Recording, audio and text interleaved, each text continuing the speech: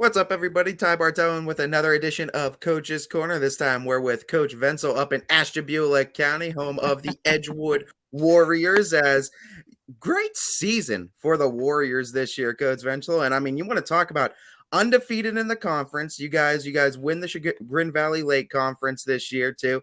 19-5 overall, couple playoff wins. I mean, recap this season as a whole. Let's start there too. And what a magical run it's been for this Edgewood Warriors squad.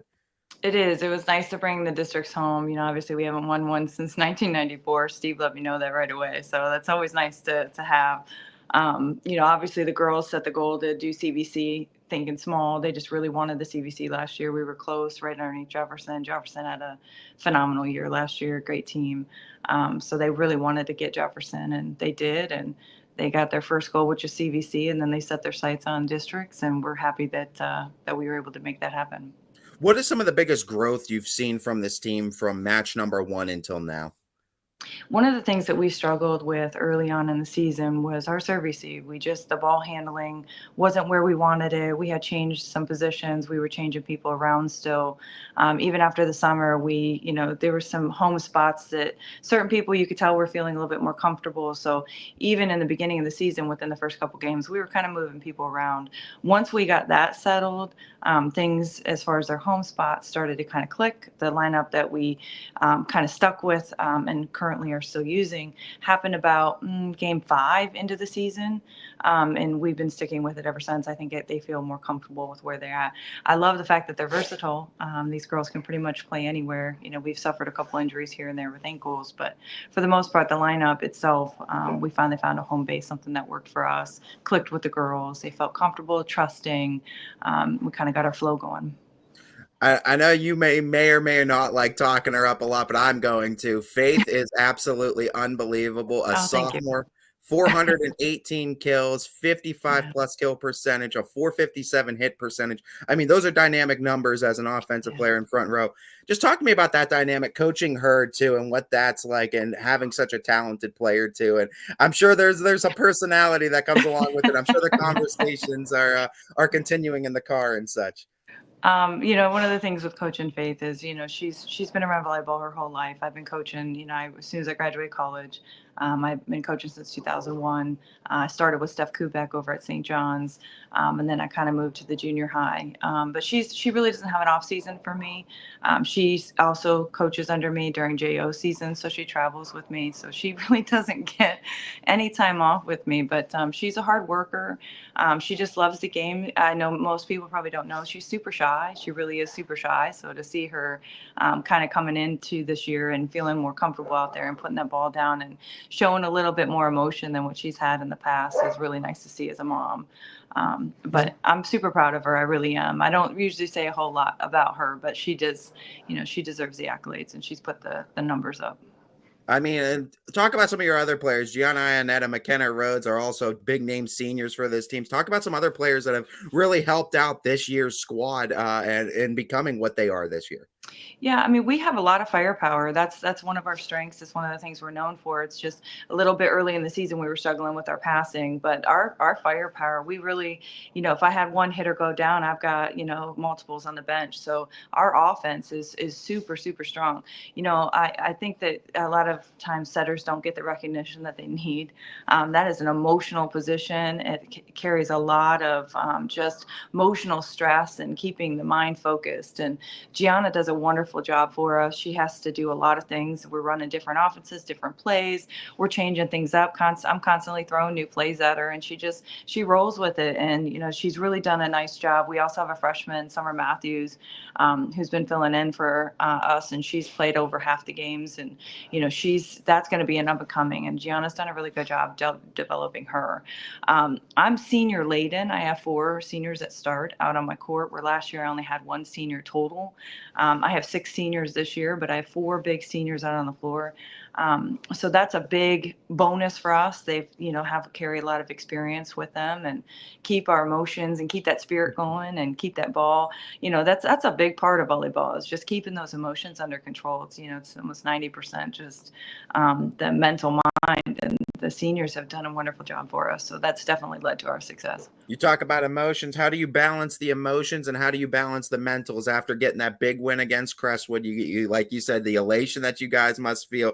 How do you balance that after getting that win to focus now into Marlington on Thursday? When you're coaching, especially as long as I have, you can tell within the first 3-4 points of a game kind of how your game's going to go. And when we came in and they were fired up with Crestwood, I was like, okay, this is going to be okay. And they kind of kept that energy going. And they've been working really hard in practice.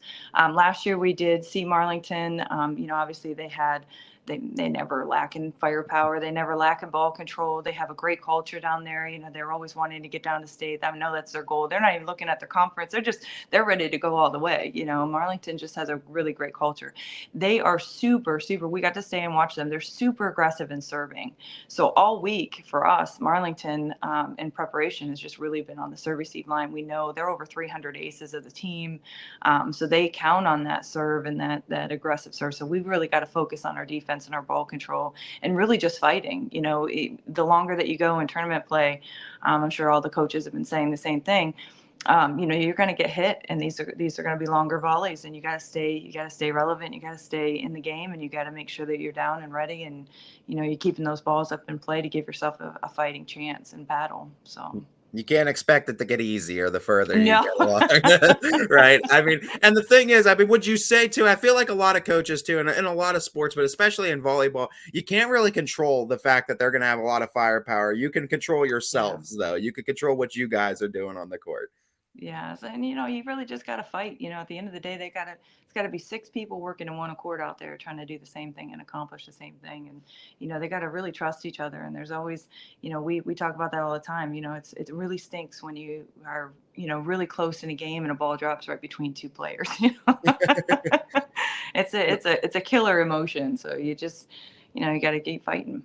How much has community support been a factor in this season? How much is it going to be needed against Marlington? I mean, I know Larry Jennings, our man, is out there all the time with you guys. He's always wonderful. supporting. But what's the community support like beyond that too?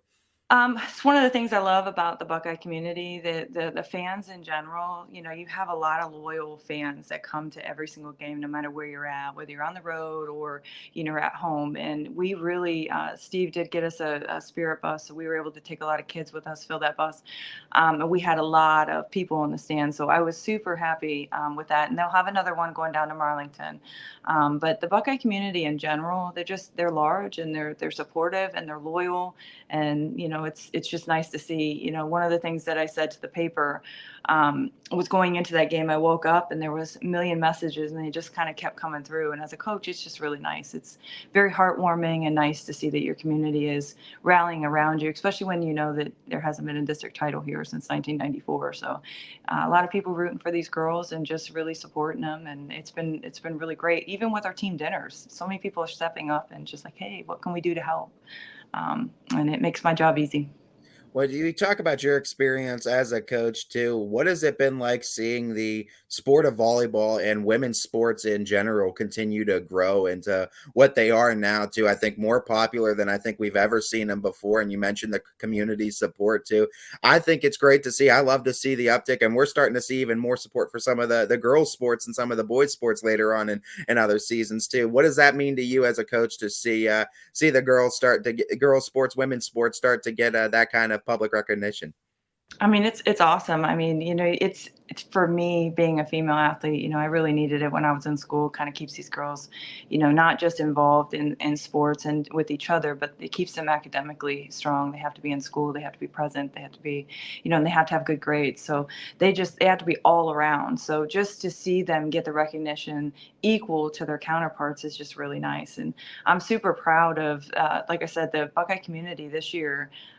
We really haven't lacked in fans, and it's just nice to see. And like I said, these girls deserve every bit of it too, because they work super hard, and it started in the summer, and I'm just real happy with where we're at. What does the next couple days look like in preparation for Arlington? You got today, you got tomorrow before game day Thursday at 6. What do the next couple days just look like for the Warriors? Yesterday, we worked really hard on defense. So their legs, obviously, after practice, the 2 hours of just drilling, Coach and I were both up on the box. We worked a lot on serve receive, almost 45 minutes just on serve receive alone, knowing how aggressive that they are. Today is going to be a lot of hitting, just, seeing the court, working on that. The third day is going to be a lot of blocking. Obviously, we're going to have to put a wall up against some of these hitters and try to stop them a little bit, or at least put some pressure on them so that they're not so comfortable. Getting that ball down or putting that ball down on us.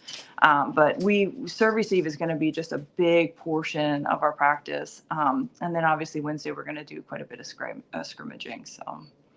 When you talk about teams that you've coached in the past too, I mean, everyone will hold a special place in your heart because every single team is different. What's been special and unique about this edition of the Edgewood Warriors?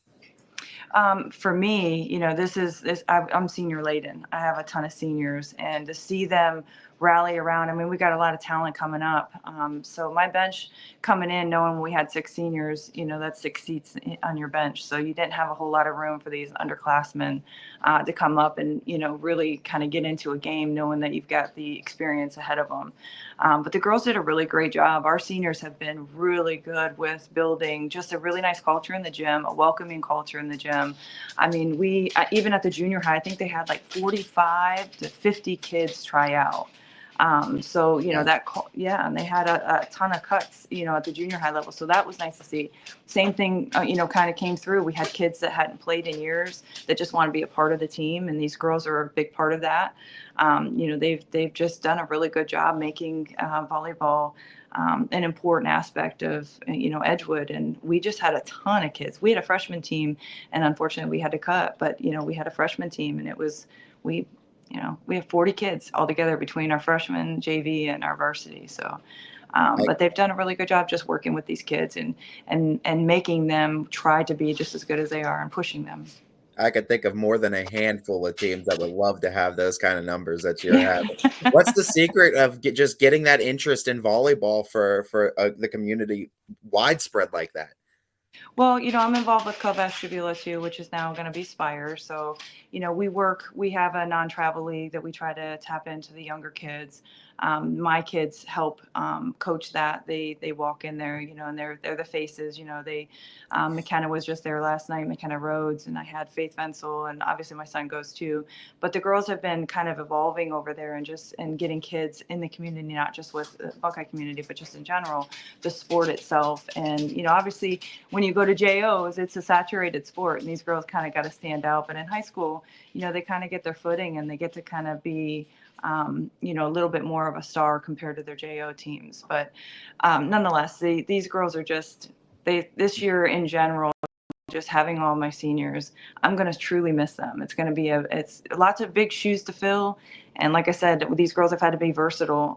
We're playing at a time of year when everybody's sick, and we've got people that need to fill in, and people have stepped up even in practices and preparation. Because I had a couple out yesterday when we were practicing, and we just we were able to put shoes in because we have the numbers to do that. So and just keep things rolling. So I'm going to miss my seniors without a doubt. They have been a very great aspect, and I just love them. I love them. Leah, I'm going to talk about Leah Guyton. I say it all the time, but Leah Guyton has a smile that lights up the world. She's contagious. She as soon as she smiles, the whole team just rallies right around her. She's just a pleasure to have.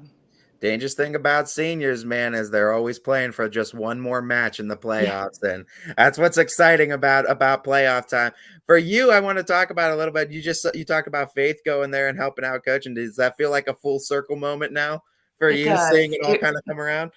It really does. Obviously there's a lot of Vencills. We have McKenna Vencill that, was a senior last year, and she does it as well. And she coaches at the junior high.